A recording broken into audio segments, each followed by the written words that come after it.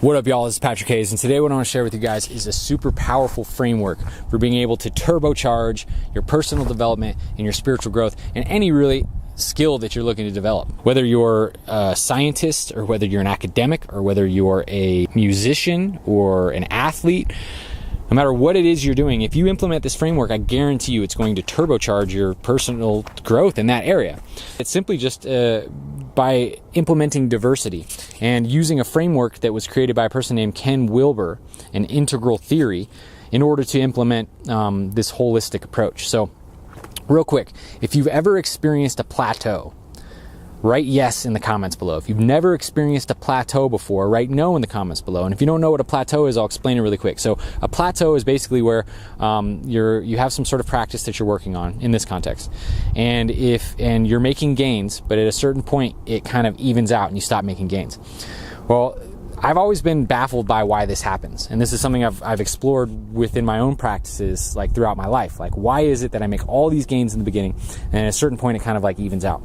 And what I was able to kind of uncover was that I didn't know exactly why this was happening, but I did realize that when I started doing different activities that oftentimes were like disconnected from the original thing I was practicing, that I got better at the thing I was intending to get better at.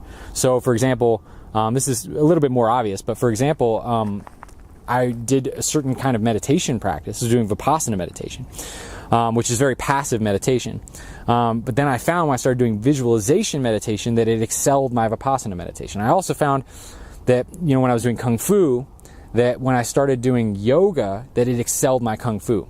And vice versa. I got better at yoga also because I was doing Kung Fu. So, I started developing evidence for this idea of cross-training. And this is obvious. I mean, you see a lot in the athletic world, right? Where like a football player will take ballet and they get better at football. And so this is not something that is unknown. Like, this is already known. But what I don't think has been implemented in a widespread way is the idea of extreme diversity. And how you can actually implement things that are really seemingly disparate that really feed on each other. And there was this study that was done with people doing Vipassana meditation and weightlifting. And what they found was that people that were doing Vipassana and weightlifting together excelled more in both Vipassana and weightlifting than people that were spending the same amount of time just doing weightlifting or just doing Vipassana.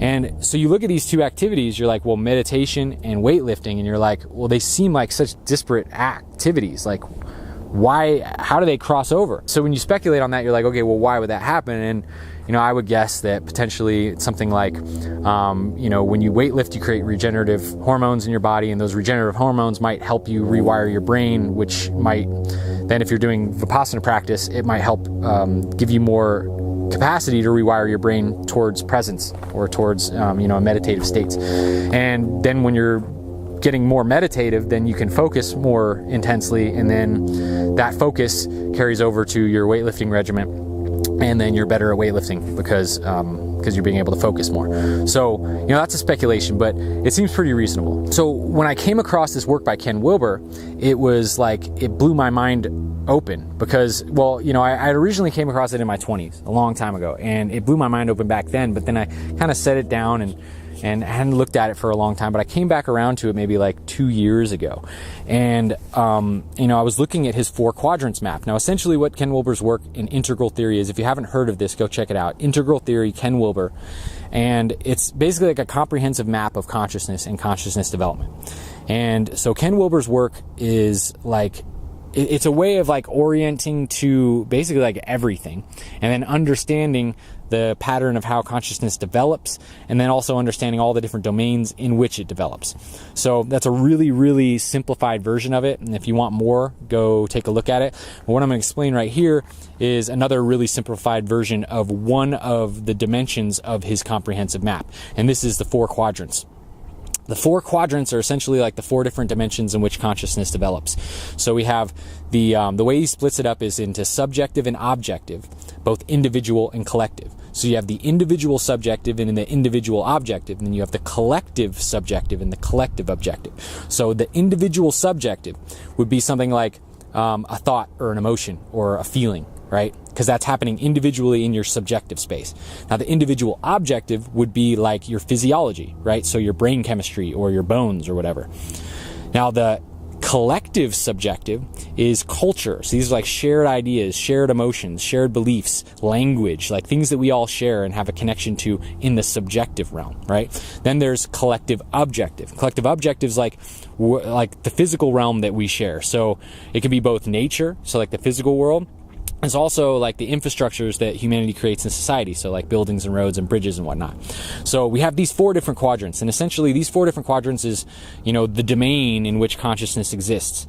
And they're all deeply connected to each other, yet clearly in a domain of their own. Right? Now, a lot of the issues that we run into, and I'm not going to go too deep into this, but a lot of issues that we run into are people that are preferentiating towards one of those domains and making that the primary domain and then trying to disprove other domains from that. So you see like empirical reductionist science saying the physical objective realm is the only thing that's real, and subjective is they try to disprove the subjective experience of emotions and, beauty and like these things that we experience on the subjective realm by saying it's basically just neurochemicals in the brain. Like it doesn't actually exist.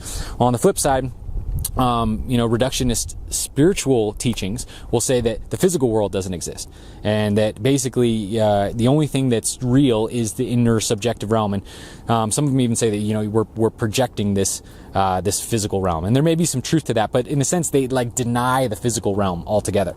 And what Ken Wilber talks about, and a lot of people involved with integral theory, is that you can't disprove one realm with another one. You have to look at each of them and kind of study them in their own way, right? You're not going to find physical evidence for the nuanced nature of a subjective experience the way that you feel it. So you have to explore the subjective realm like with a different set of tools. You can't actually measure that.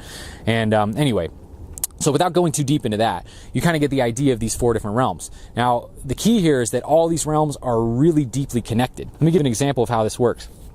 If you improve your physiological health, it's going to improve your subjective experience. So you're working on in this case, you'd be working on the objective realm, your physiological, so the individual objective realm, your physiological self. Now, when you improve your health, it improves your brain chemistry, so it's going to improve your subjective experience. So you're going to start feeling better, start thinking more clearly, all right?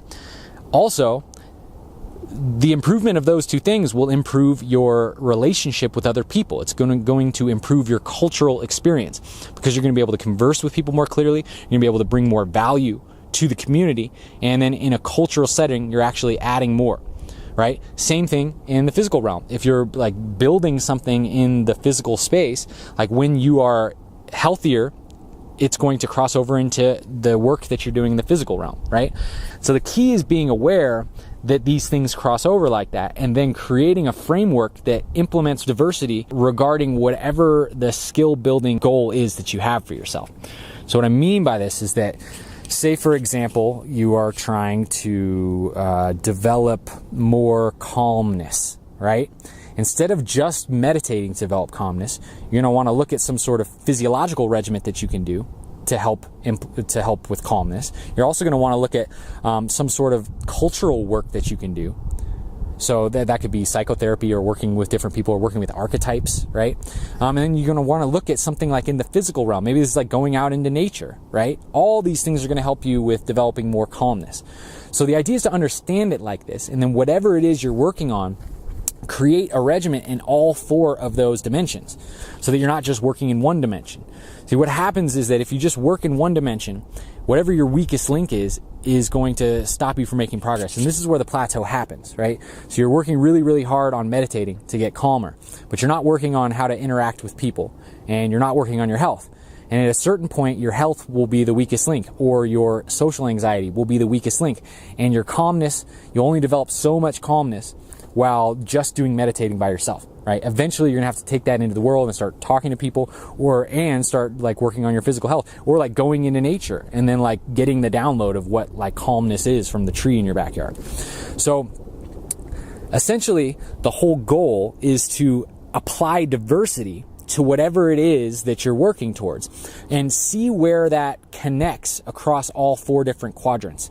And then what happens is as you start practicing in different quadrants, it starts integrating whatever progress that you've made in a whole different way, and it starts rounding out those weakest links for you. So the weakest links kind of get lubricated, and then you can move forward, and it actually like drastically cuts the plateau curve. So like what used to be a plateau like this really doesn't really curve as much. I mean, in my experience, you know, when you start something new, you make a lot of progress. And, you know, if you're not implementing diversity, then it does plateau like quite harshly. But when you're implementing this, like a diverse plan like this, you know, it curves a little bit, but you keep making massive gains. And, you know, it only makes sense. It's like we're infinite beings, right? We have like all these different capacities across all these different dimensions. And if we're only focusing on one short area, you know, yeah, we'll make a lot of progress at first, but at a certain point, like all of those other areas where we're ignoring are going to start being dead weight, and we're not going to be able to move forward. So it's really like, how do we take a holistic approach to our personal development? And that's what this framework really gives. So I really encourage you to check out Ken Wilber's work. I'll put a picture of the 4 quadrants in right here, so you can see the 4 quadrants, and you can see, you know, the upper left is the individual subjective, and the upper right is the individual objective. Then we have the lower left is the collective subjective, and the lower right is the collective objective. So I encourage you to take a look at this map, start understanding how to categorize these 4 different quadrants, and then whatever it is that you're working on, whether it's sports, whether it's music, whether it's philosophy, whatever it is, start finding correlates in the other quadrants and start coming up with activities that you can partake in the other quadrants that are correlated to the main thing that you're studying. And I guarantee you're going to integrate it more deeply, more holistically, and it's going to turbocharge your development. So I'm really interested to hear what you guys think of this. Like, I want to know, actually, more than what you think of it. I want to hear what your results are with this.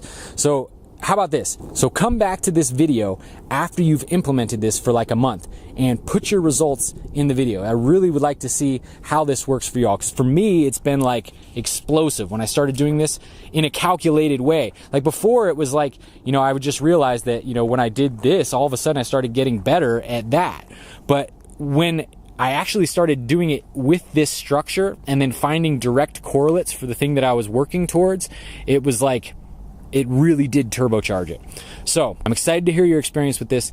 Thanks so much for tuning in. This is Patrick Hayes. Like, subscribe, share with your friends, and I'll talk to you next time.